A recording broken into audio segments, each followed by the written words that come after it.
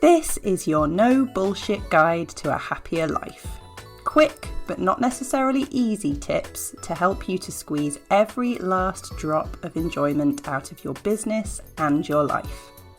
My name is Helen Calvert. I'm a coach, a business owner and a parent, and I'm so happy to be here with you. I do swear occasionally, as the title suggests, so pop in your headphones if I'm not safe for little ears. Ready to go? Let's do this. This episode is sponsored by SEO specialist Nikki Pilkington. Running a business as a freelancer is hard. There's something new to do every day, from dealing with your accounts, remembering to update your to-do list, dealing with customers and clients, managing your social media accounts, replying to queries, and more. And then there are people like Nikki reminding you all the time that you need to do X, Y, and Z with your website. You're not a digital marketing expert. You've probably not spent years learning and tweaking SEO. And sometimes, if you're honest, you just can't be asked. Nikki gets it. She speaks to website owners all the time who think they need to know everything about everything or have to pay someone like her to make their website perform better. And it's just not true. Download Nikki's 50 non-wanky website tips to help your website today, and you will find 50 tips, none of which will take more than an hour to implement. Some of them will require a little more reading and concentration. Some of them will take you 10 minutes and become a part of your routine forever.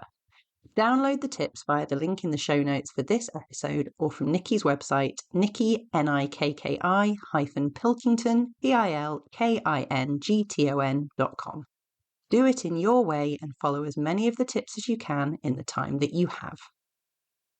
Hello and welcome to this episode where we are talking about being cyclical, not consistent. This is your reminder that women, people who menstruate, people who have that within their body, they are cyclical with their energy. It is not possible or desirable to be daily consistent as a woman. Men, with their hormones, they have a 24-hour hormonal cycle. So people with that hormonal cycle will find that they can, with a bit of thought, a bit of planning, a bit of willpower, a little bit of desire to do it, they can do the same thing every day. So we hear these messages, don't we, about consistent habits, be consistent, do this consistently, etc., etc. That is perfectly possible if you have a 24-hour hormonal cycle, because every day you start the same as the day before, and every day you end the day the same as the day before. So consistency, daily consistency, makes perfect sense. And yet, if your body works on a roughly 28-day cycle, we know that it's not, specific, roughly 28 days, but, a sort of monthly, 4-weekly, that type of cycle. That kind of 24-hour consistency doesn't make any sense for us at all. But that's the world that we're expected to show up in. Or it's the world that we think we should show up in. Or it's the world that we think is correct because no one's explained to us that it's about different hormone types, different body types. We think it's just how it is. We're supposed to be able to be the same at 9 o'clock every Monday or 10 o'clock every weekday. That's how it's supposed to be. And if we can't, then somehow we must be failing. Nope. The setup, the way the world is set up, the way working life is set up, it is set up for those who are daily consistent. And a good half of the population do not fit with that at all. If you have a roughly 28-day cycle, then you know that you have periods of intense energy and periods of the whole world can fuck right off every month. It's not going to change. That's how it is. And there's so much more to it than that. When I was growing up in the 80s, and I guess I was having these kinds of this kind of education in the 90s, The message really was, well, you get your period once a month, and just beforehand, you go a bit mad, or you get a bit moody, or you go a bit crazy. That's the word, isn't it? We go a bit crazy. And that was it. That was all we were taught. I mean, my goodness, what a disservice. Because there's so much more to it than that. And actually, do you know what? We don't go crazy. If we feel like we're going crazy, it's because we're trying to fit into a world that is absolutely not set up for how we work. So let's talk a little bit about how we do work. So we will start with our bleed, our period, menstruation, that point in time.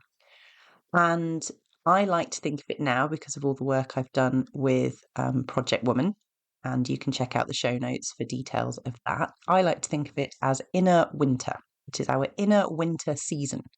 And then from there, we move up through inner spring, through our follicular stage, to ovulation, which is our inner summer.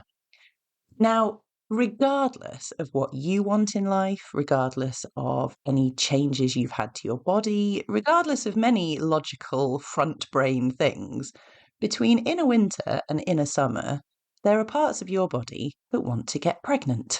That is what they are set up for. They don't understand anything else. So during that inner spring period, you are full of love for your fellow human. So one of them might impregnate you. We're very, very simple creatures. By the way, if you can hear a slight wheeze in my voice, I've got the lurgy everyone's got, so just ignore that. But, we are very simple creatures. So during that period of time, we're going to be full of energy, full of wanting to reach out, full of wanting to connect. We're going to be happier being visible. Confidence goes up. That's the time when we want to be doing, especially doing hard things, pushing ourselves a little bit. That's when we want to plan to do the stuff that's a bit outside the comfort zone. But then once we've ovulated, between there and back down to menstruation, so our luteal phase, our inner autumn, we're not interested. Our body is like, well, we've done that now. I mean, we're either pregnant or we're not, but we've done that now. Now we're interested in looking after ourselves, because either we're growing a human now, or we need to get ready to try and do that again. Again, so simple, isn't it? Regardless of all the things about life that are happening in our, front brain, and frustrating for anyone who is perhaps struggling to get pregnant or has absolutely no interest in doing so, and all those thinking things. There are parts of our bodies that are just doing their own thing. So during that inner autumn phase, we're much more about ourselves. We're focused on ourselves and looking after ourselves, and all the signals from our body are about look after yourself. But we don't. We try to keep up the energy, to be consistent, to keep going, to keep doing, to keep giving everything we always give. And then we go crazy. But we don't go crazy. We don't get moody. We just haven't been listening to what our body actually needs. And if we knew that that was the time to retreat, to hibernate, to focus on our wellness, to not do anything outside our comfort zone unless we absolutely have to, do not the bare minimum, but do less, because in inner spring we do so much. Working with that energy, oh my goodness, what a game changer. And you can see, I'm sure, how this is totally relevant to getting shit done. Because if we push ourselves too hard in inner autumn, then we do have strong premenstrual symptoms. Our period is probably going to be pretty awful. And then we're already depleted when we hit inner spring. So our energy rackets up, but we're already depleted. So instead of feeling full of energy and confidence, we're anxious as hell. Because there's all these messages about go, go, go, do, do, do. And we're like, but I'm exhausted. And round we go. Okay. Your success is not measured by how well you can fit into a schedule that's been created for someone with a completely different hormonal cycle. This is our mindset block alert for this episode. Having a 28-day cycle is not some kind of weakness. We do not compare it to a 24-hour cycle and go, oh, well, that's lesser. We have so much more to overcome. We have to change. We have to get better. We have to put up with it. No, there is enormous strength in both, because there is enormous strength in working to your cycle, whatever it is. That's the important thing. Working with it, working to it. And it's the understanding. The more we understand about it, the more we can build it into our lives. So how do we do that? Well, firstly, if you are able to track your cycle and you have the kind of cycle that is easy to track, you can do some planning. You're not going to plan really difficult, really visible, really people-y things for the times when you just want to hibernate and tell everyone to fuck off. So you can plan, you can build that into your planning. But what if your cycle is not easy to track? Or what if, for various reasons, you don't feel you particularly have one? Well, firstly, something I have learned very recently is that if you don't feel you particularly have one, it is very worth tracking the lunar cycle. So, the moon. What's the moon doing? Because that is our energy if we are 28-day cycle people.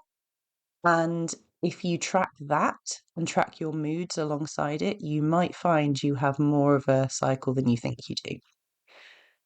But the important thing is, if we can't plan it, or perhaps we just have a working life that doesn't allow us to do that, if we can't plan to fit in around our energy, there's a few things we can do. We can recognize. So rather than wondering, what's wrong with me? Why was this easy last week? Why is it hard this week? Let's start to recognize. At the very least, let's understand what we're facing so that we can then do the crucial next piece, which is self-forgiveness and self-compassion and celebrating ourselves. On the day when it feels really good, rather than thinking, I hope I can keep up this energy, celebrate. Yes, I'm in this phase. I've got it all going on. I can smash it. I can do it. Let's go. And then when you don't want to, rather than, oh, what's wrong with me? I can never keep up with anything. Why can't I be consistent? Why am I so crap? Let's be, hey, you. Wow, it's that phase. Okay, let's get a cup of tea. Let's wear some comfy clothes. Let's just do as much as we can to nurture ourselves and be compassionate. If we've got full on things at work, let's not plan in the social stuff. This is the time for getting home, getting in your pajamas and going straight to bed. How can we work with it even if our working day can't work with it? And then we need to be ready to adapt. So there will be days when you wake up and you think, oh, I had a few more days before this was going to hit, but here's the hormonal headache, here's the, whatever it is, here are the signs that my body is telling me it's time to rest. Your body doesn't give a toss what you're doing. It will tell you when it's time to rest. Can we adapt?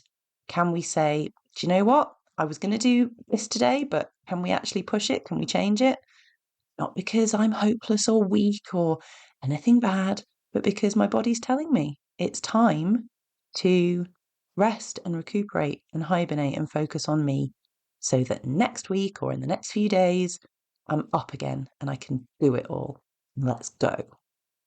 So can we change the narrative? Can we think about these things as strengths, as power? The passion that we have as people, the power we have, the strength we have, the compassion we have, these all come from who we are within our cycle, within our natural health. We're not trying to squash those. And if we do try and squash those, we squash it all. So if you're trying to squash your natural hormonal, emotional cycles, you're also squashing your passion, your energy, your strength. Can we work with it all so that we can really make the most of it? And that is how, really, we're going to squeeze as much as we can out of life, because we want to be squeezing it out in a way that works for us and not against us. Now, I know it's difficult, especially if you are employed. Most of my listeners are self-employed, but if you're employed and your employer doesn't really understand this stuff, or maybe people within your family don't understand this stuff, but this is where the knowledge is power. Because as much as we want to look after everyone, I hope, and make sure that everyone feels comfortable in their working lives, so some knowledge around this would help, we also want to make the most of people's strengths. Like, when are the times when you can say to someone, could you work late? Could you do extra? Could you take this on? If you're in a spring, you're like, heck yeah, let's do it. Let's go. I'll do anything you want as long as you don't ask me to do it in a couple of weeks' time. And I really feel like this is one of the most important pieces for getting shit done just in our everyday lives, understanding how our bodies work. Because being productive is not just about our brains, it's very much about our bodies. And remember as well that when you start something and you say to yourself, I'm going to do yoga every day now because that's going to make a massive difference, or I'm going to meditate every day, you're not. You're going to do it all the way through your inner spring when your energy is up and you're feeling inspired. And then as you hit inner autumn, you're going to lose your mojo. You're going to lose the desire. But that's when people give up because they think, oh, I'm so crap at being consistent. I'm so shit at this. Oh, well, I tried. No, just let it go until your next inner spring. Do it consistently every cycle. And that's how we work with our energy and use the tools we have at the appropriate times, because you will need different tools, different points in your cycle. So I hope that has been helpful. And please be excessively kind to yourself, whatever your hormonal cycle, because that's how we squeeze every last drop of enjoyment out of life. Speak to you next time. Thank you so much for listening. Did you know that my first book is now available to purchase online? Check out the show notes for details of how to get your hands on a copy. If you enjoyed this episode, I'd be so grateful if you could leave me a review, and don't forget to subscribe so you know when new episodes are up. If you would like to work with me one-to-one or follow more of my content, you can find out how in the show notes. See you next time.